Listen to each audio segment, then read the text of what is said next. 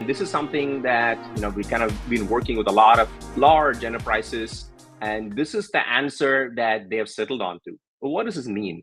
Let's take an example. A large hedge fund that we've been working with, they said, hey, look, we have this 100 GPUs and we have 50, 60 data scientists, and it's a hedge fund, so they live and die off their ML models, right? When the ML models are right, what are making the decision on how to trade, right? And what to trade on. And in a volatile market like what it is right now, these models and their accuracy can mean the difference between profit or loss. In this landscape, it is their backbone, the quality of their ML models. Now, if the data scientists don't have access to the GPUs when they need it, they're not going to be producing models. Business is toast.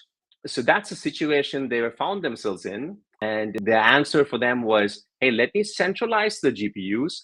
And if there are idling GPUs, I can reclaim and put it back in a central pool and give it to someone else who needs it.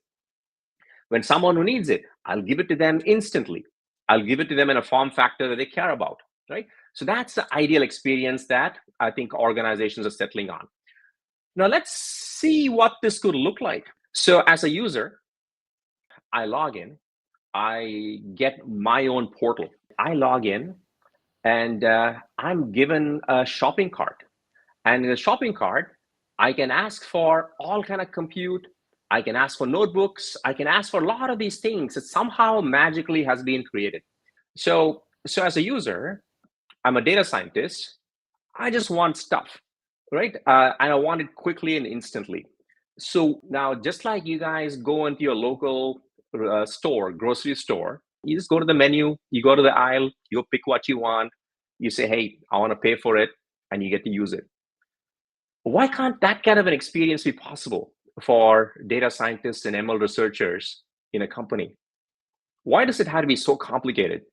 So here's what you're seeing. So what you're seeing here is me as a user, I'm given a menu of options. These are standardized options that the company has provided me.